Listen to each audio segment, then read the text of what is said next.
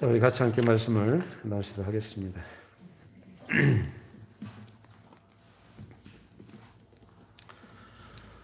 자, 지난주일에 베드로가 고넬료의 집에 들어가서 설교한 내용, 그 정황들에 대해서 또 함께 살펴봤는데, 자, 고넬료 집에 가서 그리스도에 대한 말씀을 전하니까 성령께서 충만하신 은혜로 그 이방인들 가운데 강림을 하셨습니다.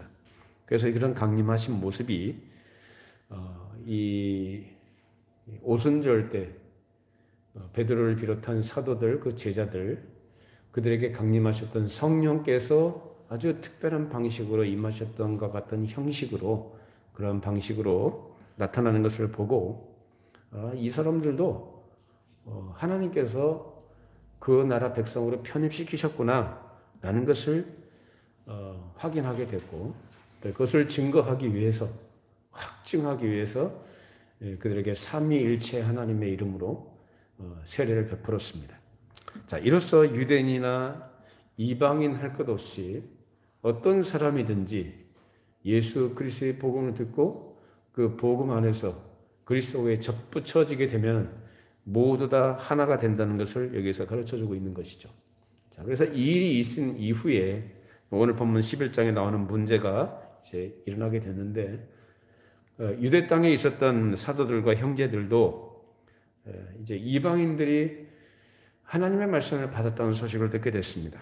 자, 여기서 말하는 유대 땅은 욥바를 포함한 그 일대에 있는 사마리아 남쪽 지대를 말하는데, 그곳에는 정통 유대교인들도 많이 살고 있었고요.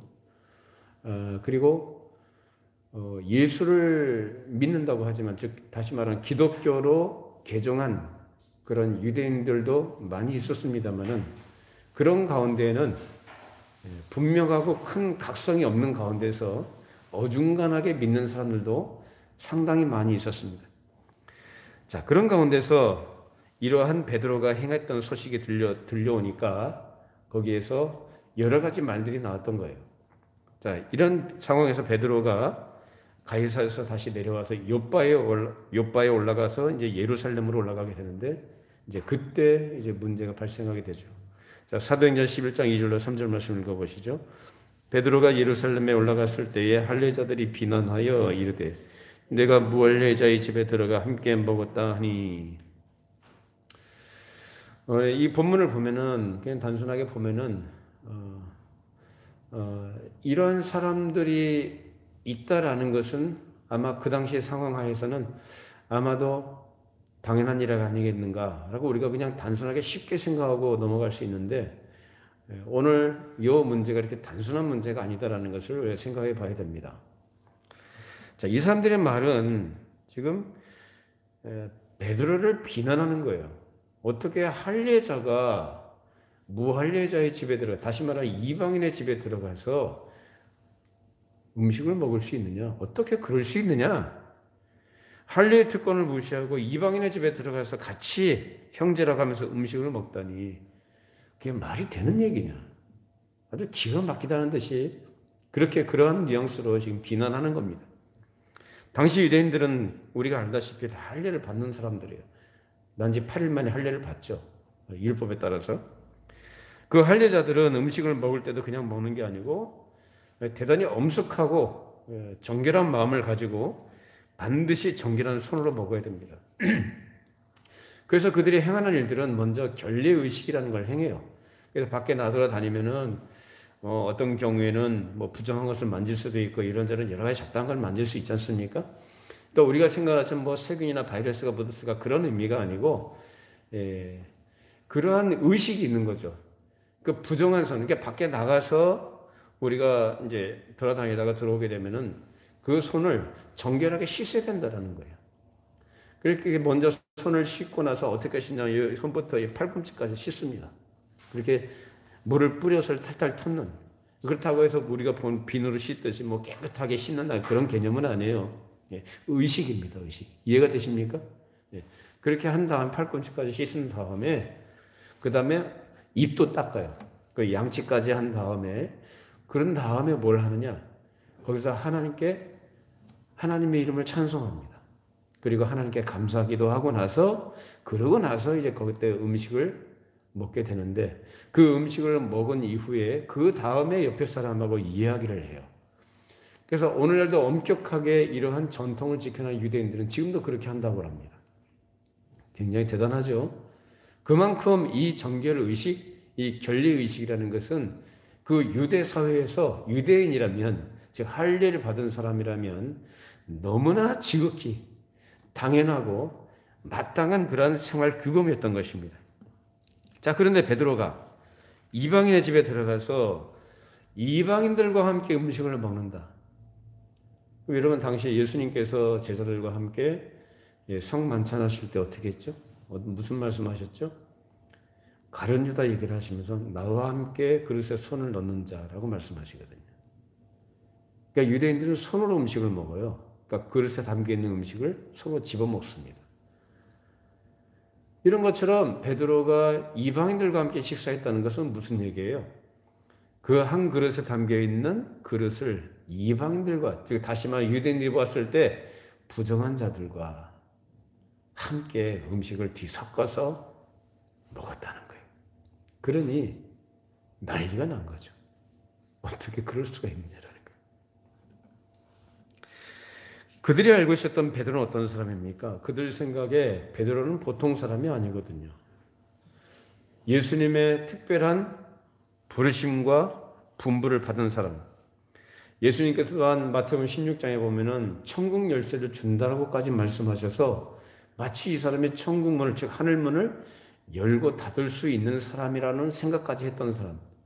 그러한 대상이었던 것입니다.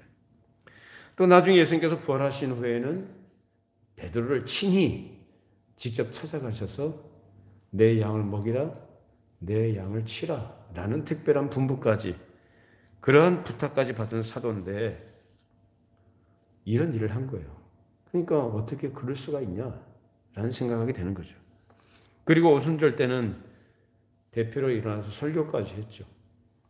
대표로 일어나서 설교까지 했으면 설교한 사람은 그러면 굉장히 영향력 있는 위치에 있는 사람인데 그렇게 경거망동하게 행동을 하게 되면 교회의 질서가 어떻게 되겠냐, 이런 생각까지 하게 되는 거예요. 그러니까 여러분, 이 문제를 단순히 구약의 율법이고 그 율법을 이 사람들은 붙들고 있고 베드로는 이제 율법을 떠나서 이제 복음 안에 들어온 사람이니까 그렇게 행동해도 단순하게 이렇게 생각하는 문제가 아니란 말이에요.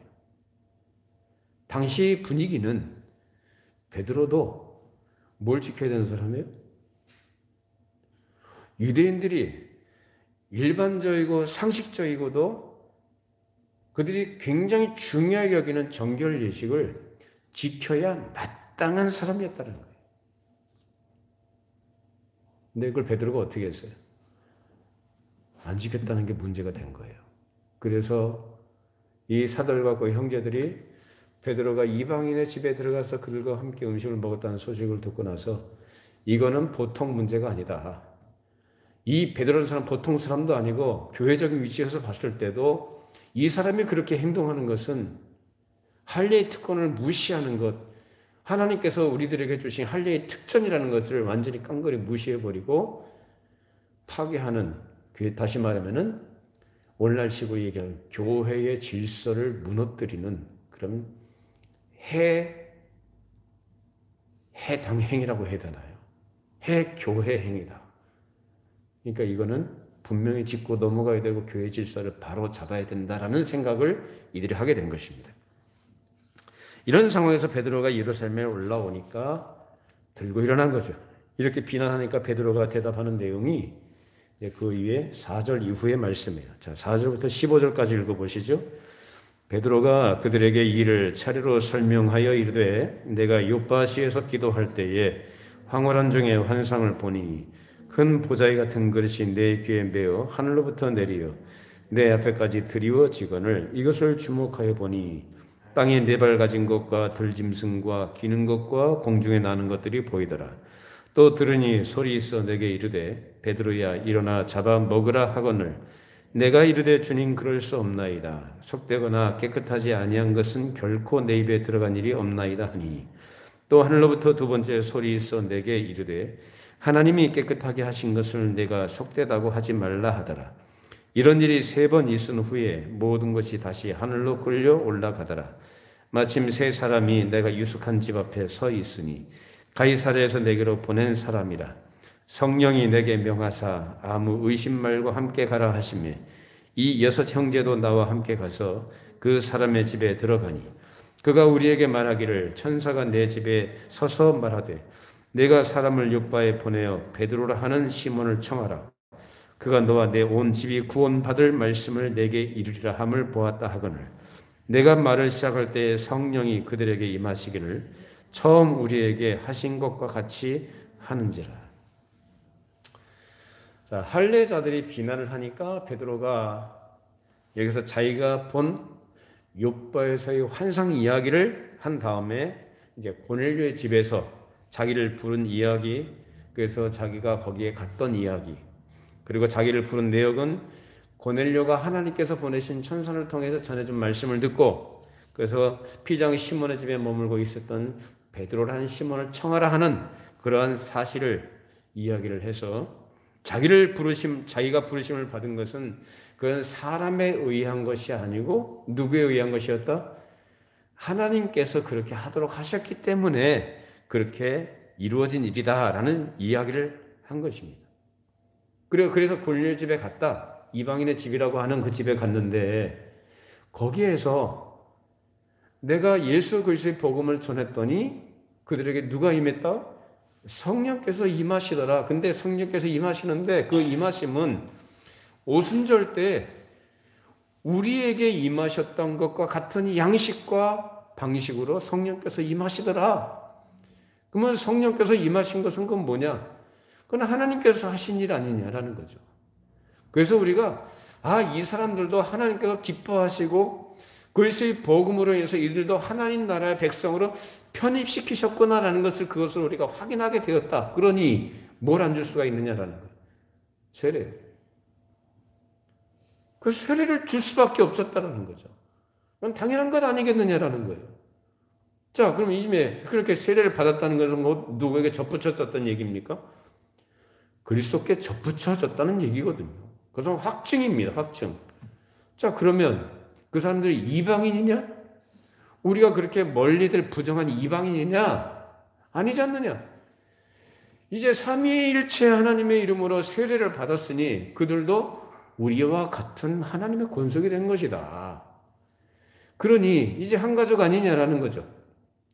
한 가족인데 같이 음식을 먹게 되었다라는 것을 얘기한 거예요.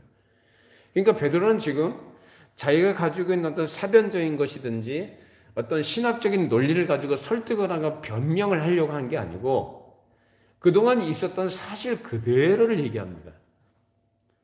바울 같았으면 어떻게 했을까요? 바울 같았으면 신학적인 논리와 그 논리 근거 위에서 풀어나갑니다. 근데 베드로는 그런 스타일이 아니에요. 논박하거나 변명하거나 논리적으로 자기를 갖다가 어떤 변화하는 그런 스타일이 아니라 그냥 있었던 사실 그대로를 풀어서 얘기를 해준 것입니다. 그렇게 해서 하나님께서 어떻게 이방인을 우리와 같은 위치 그런 자리에 두셔서 이젠 동일한 차원에서 무엇을 할 수 있도록 하셨는가라는 그 문제를 지금 말한 것입니다. 결국 여기에서 베드로와 고넬료 이 두 사람을 통해서 교회의 본질이라는 문제, 그리고 베드로를 통해서 고넬료를 불러내신 하나님의 역사하심의 성격에 대해서 이 사람들이 어떤 반응을 일으키는가라는 문제를 우리가 여기서 보게 되는 것입니다. 여기서 할례자들이 비난한 정신, 그렇게 비난했던 그 이론의 근거, 그리고 그들이 가지고 있는 사상이 무엇인지 우리가 좀 살펴볼 필요가 있겠죠. 우리 이 문제를 오늘날 우리 시각으로 보게 되면 앞서 말씀드린 것처럼 그 할례자들이 비난한 것은 참 어리석구나 이렇게 단순하게 생각할 수 있어요. 그래서 그들이 참 잘못한 것처럼 그렇게 생각하겠지만은 사실 그렇게 간단한 문제가 아니다라는 거예요. 당시 유대인들에게 있어서는 이 할례 문제는 상당히 대단히 심각하고 중요한 문제였습니다. 그들은 종래에 가지고 있었던 유대주의적인 사상과 유대주의의 전통을 존귀하게 여기고 그대로 유지하는 사람들이었습니다. 그래서 기독교가 있다고 해도 존귀한 유대교적인 전통만큼은 어떻게 한다고요? 그대로 유지해 나가면서 생활하는 것, 그것으로서 자신들의 어떤 고결한 삶을 추구하는 그런 사람들이었습니다. 그러니까 기독교는 기독교지만 자신들이 전통적으로 지켜왔던 신앙적 규범과 그런 행동 양식들은 어떻게 한다고요? 버리지 않는 거예요. 그대로 지켜나가는 것을 그들은 가치 있게 여겼던 거예요. 그래서 비록 예수 그리스도를 믿는다고 해도 모세를 통해서 하나님께서 말씀하신 이상 그 말씀은 어떤 말씀이다? 지금도 여전히 유효한 살아있는 말씀이니까 그 말씀을 따라서 생활하는 것, 그렇게 우리가 행동하는 것 자체가 정당하고 옳은 것이다.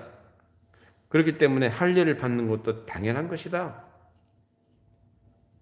이만큼 이 할례 문제는 그들에게 크고 심각한 문제였습니다. 우리가 알기에 할례는 어떤 의미를 갖고 있습니까? 할례는 무슨 표입니까? 계약. 익숙한 표현은 언약. 그 계약의 표시죠. 하나님께서 구약시대에 아브라함에게 처음 그것을 가르쳐 주셨고 그것을 행하도록 명령하셨습니다. 따라서 할례를 받았다는 사실은 하나님의 백성으로 편입되었다는 것을 나타내는 확실한 증표가 되는 거예요. 그럼 할례를 받는 사람들은 그 당시 이스라엘 사람들만 받았습니까? 아니, 이방인도 받았거든요. 이방인들도 일단 할례를 받게 되면 누구로 인정되는 거예요? 이스라엘 백성, 즉 하나님의 백성으로 편입되었다는 것을 인정받게 됩니다. 그만큼 할례는 하나님의 언약 백성, 하나님과 계약을 맺은 백성으로서의 증표로서 큰 의미가 있었던 것입니다. 그런데 예수를 믿었다 해서 그것을 폐해버리면 무엇이 하나님과의 계약관계에 확실히 서 있다는 증표가 되는 것인지 초대 교인들은 그 당시에 거기에 대한 이해나 어떤 정립이 없었어요. 그렇기 때문에 많은 사람들이 그때에 우리가 예수를 그리스도로 메시아로 받아들이고 그리고 사제와 속죄에 대해서 믿는다고 해도 그것은 그거고 하나님께서 허락하시고 계획하시는 그 일을 위해서 그 대상으로 우리를 불러내시고 특별한 계약 가운데 우리를 있도록 하시는 사실의 징표 자체는 있어야 될 것 아니냐, 이런 생각을 한 거죠. 그래서 바로 그 점이 할례와 관련해서 그 당시 신자들이 진지하고도 심각한 문제로 생각할 수밖에 없었던 것입니다. 이해가 되시나요? 그러니까 우리가 단순하게 생각하잖아. 할례는 구약의 율법에 따라서 한 것이니까 행위적인 것은 필요 없고 이제 복음이니까 복음 안에서 우리는 자유한다. 이렇게 단순하게 생각할 문제가 아니었다 그 말이에요. 그 당시에는. 그래서 바울에게서 명확한 신학적 해석과 입장이 풍부하게 설명되기 전에는 그래서 무엇이든지 간에 하나님과의 계약관계에 이르는 확실한 보장 하나가 진지하고 심각한 신자들에게는 절대적으로 필요했던 거예요. 그렇기 때문에 종래에 전통적으로 있어오던 할례를 그에 대한 심벌이나 봉인으로 보았던 것이고 그래서 할례는 꼭 필요하다고 생각했던 것입니다. 무슨 증거라고요? 하나님의 계약 백성됨의 증표로 유효한 것으로 본 거예요. 그래서 오늘 본문에서 할례자들이 베드로를 비판한 것은 그런 맥락에서 우리가 이해를 해야 되는 것이지 오늘날 우리가 가지고 있는 이해와 우리가 가지고 있는 시각을 가지고 그 사람들이 베드로를 비난하는 것을 우리가 비판하는 것은 너무 성급하다는 것입니다. 그들이 할례를 유효하게 생각하고 그것이 하나님과의 계약관계의 징표의 봉인이라고 한다면 그것을 엄격하게 잘 지키고 이제 할례를 받은 사람은 어떻게 살아야 된다는 얘기예요. 그 사람들이 의식적으로 형식적으로 할례를 또 행하기도 하죠. 자, 그러면 일단 그래도 자신들은 하나님과 계약을 맺은 그래서 이방인들과 구별된 백성이라고 한다면 그런 의식을 가지고 있다면 그들은 어떻게 살아야 됩니까? 이방인들과 같이 살아요? 그들과 다르게 살아야죠. 그 의식이 그들에게 있었던 거예요. 그러니까 우리는 하나님의 계약 백성이고 하나님 나라 백성이 됐으니까 이제 확실하게 하나님과의 계약 관계에 들어가 있으니까 우리는 저 이방인들과 달리 구별된 사람으로서 누가 하나님의 말씀을 철저하게 순종하고 그 말씀을 따라 살아야 되겠구나라는 이런 마음의 태도를 그들은 가지고 있었던 것이고, 그렇게 생각을 하고 그런 태도를 가지고 살아가는 것, 그렇게 말씀에 순종하는 그런 의지의 발현이 그 당시 그들에게는 최선이었던 거예요.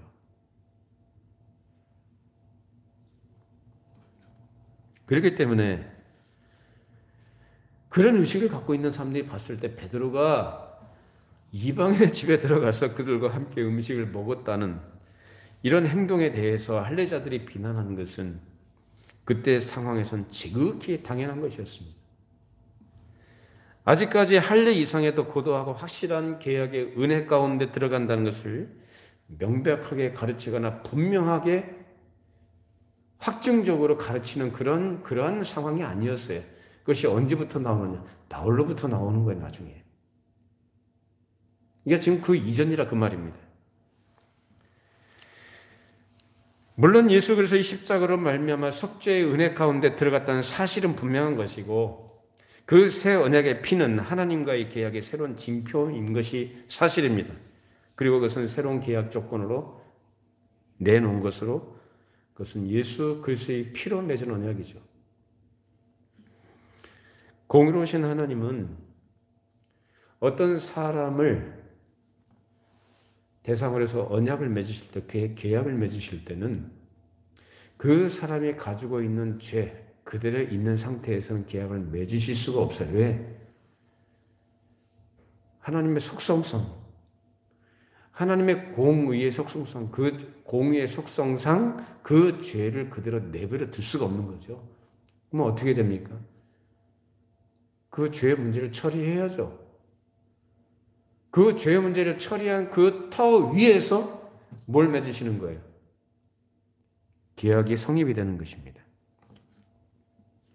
그래서 예수 그리스도의 피로 말미암아 죄값을 속전으로 내놓으신 터 위에서만 비로소 하나님과의 계약 관계도 맺어질 수 있는 것이죠.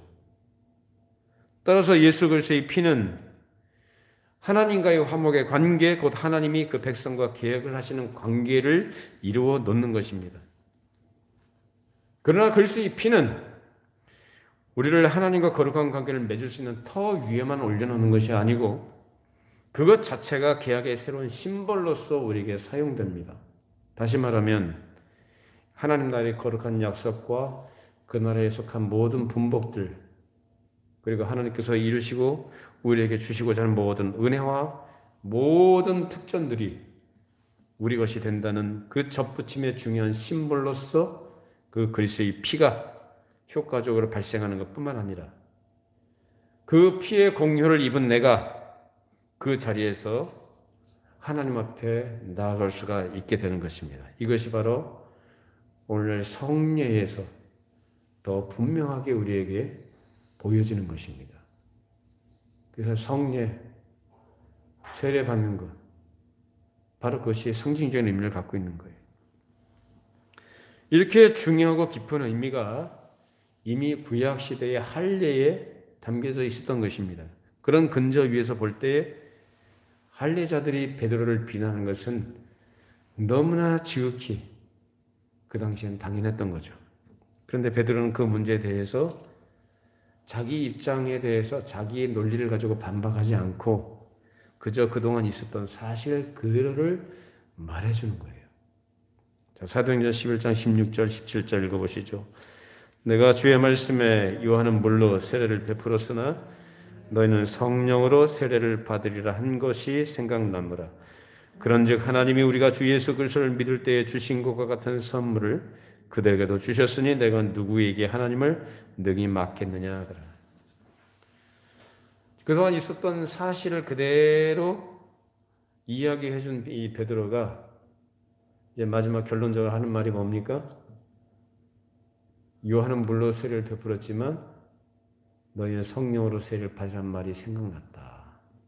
그러니까 자기가 고넬료 집에 가서 말씀을 전했을 때 성령께서 자신들의 오순절 성령께서 그 특별한 은혜와 능력으로 임하셨던 것 같은 방식으로 임하신 것을 보고 이들은 무슨 세례를 받은 것이다?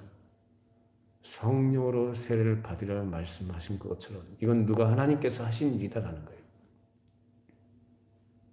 근데 하나님께서 그렇게 하신 것을 내가 어찌 막을 수 있겠느냐라는 거죠.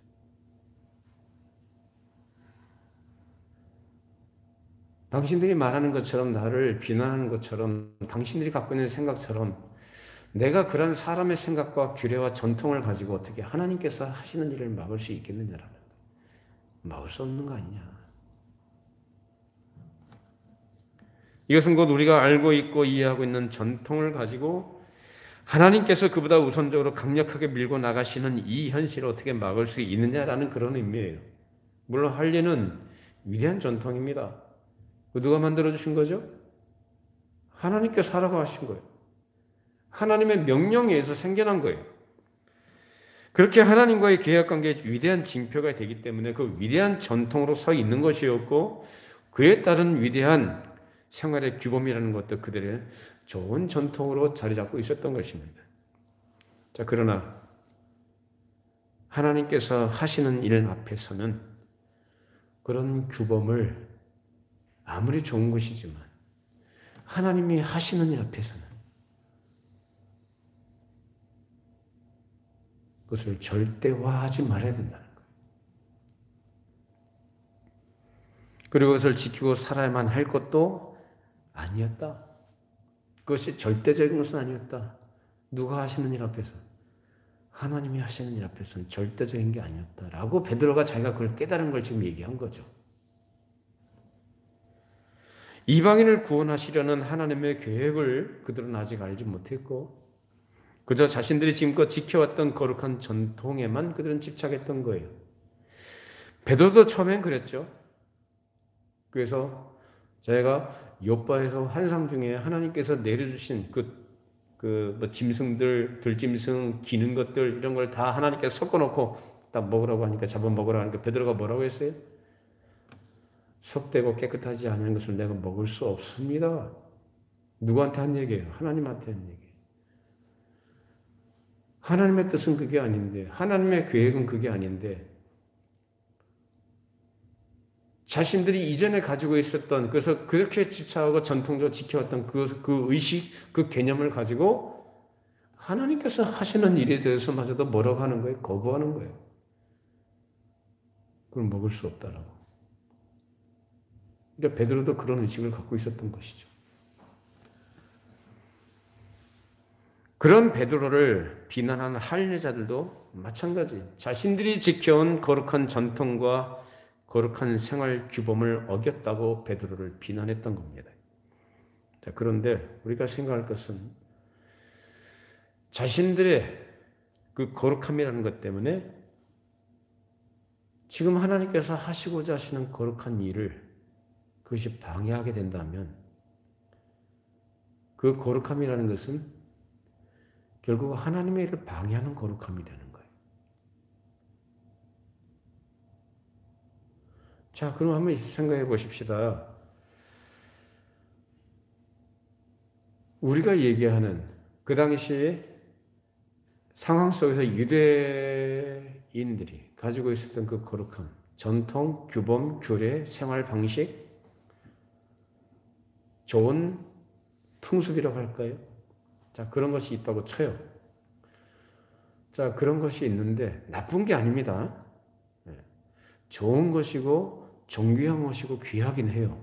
자, 그런데 그런 것이 하나님의 하시고자 하시는 일과 충돌하거나 상충되는 상황이 됐을 때 어떻게 됐냐?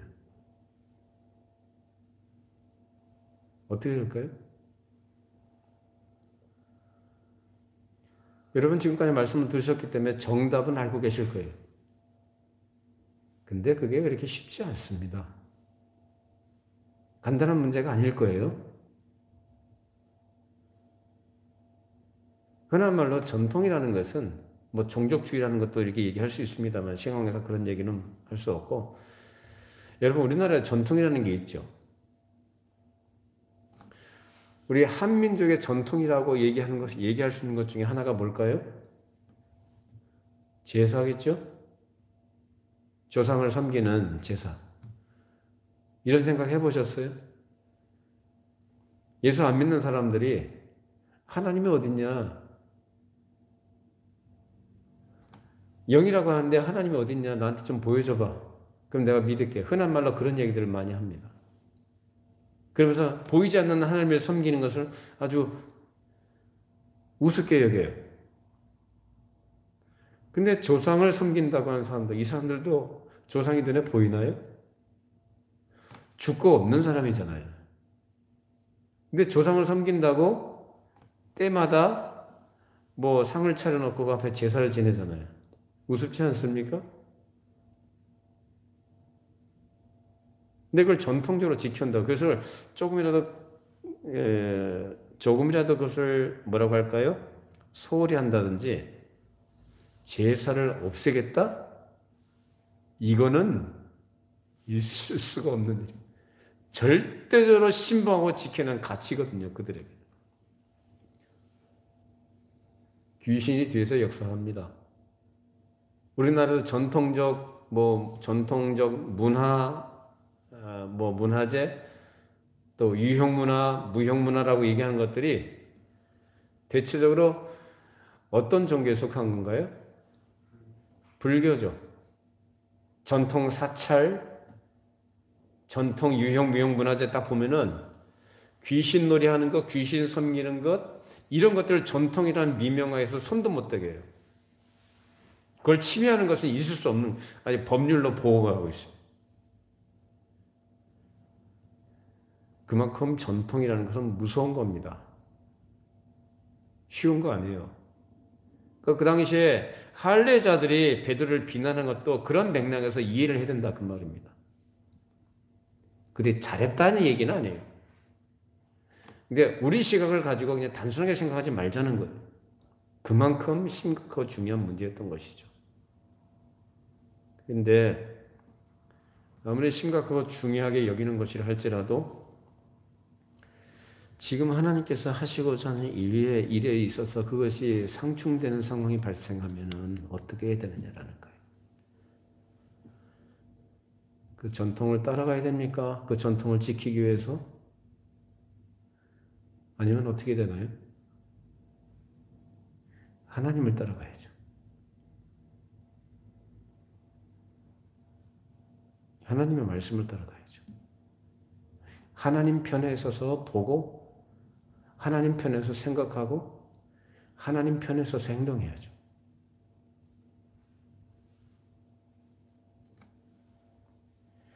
사람이 가지고 있는 규례와 규범이라는 것이 사람 생각에는 아무리 그것이 좋은 것이고 어떻게 하면 존귀한 것이지만 사실상 굉장히 불완전한 것이기 때문에 그것이 하나님을 방해하는 것이고, 그럼에도 계속 그것을 주장을 하고 고집을 하게 되면, 그것으로서 하나님의 일이 방해가 되면 그것이 굉장히 무서운 완고인 거예요. 완고. 성경에 보면은 하나님을 대적하는 편에 서 있는 사람들에서 표현하는 목이 곧고 완고하다고 표현합니다.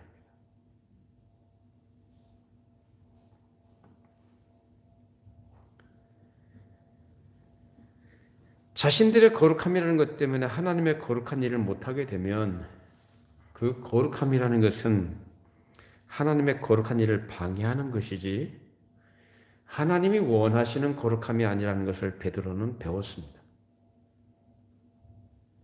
만약 베드로가 끝까지 고집을 부렸다면 고넬료의 집에 가지도 않았을 것이고, 하나님 잠 먹으라고 했는데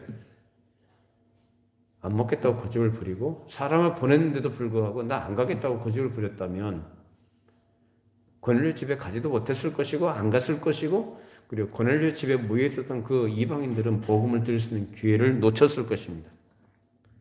그러면 이렇게 사람이 가지고 있는 기회와 하나님께서 말씀하시는 그 구원회를 진행하시는지 상충될 때, 상반되는 그런 상황 속에서 우리는 우리의 생각이나 우리의 경험이나 우리의 주장을 내려놓을 수 있어야 되고 하나님 편에 서서 판단하고 결정할 수 있어야 됩니다.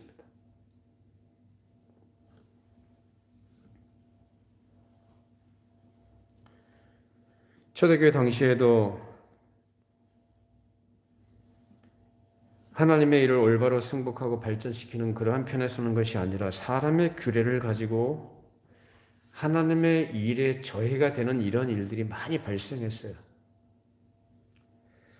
할례자들의 비난은 그것이 가장 상식적이고 타당한 이유와 근거가 있었다고 해도 하나님의 계시에 의한 새로운 길을 그것이 방해하게 되는 것이라면 그걸 배제해 나아가면서 해 나가야 됩니다.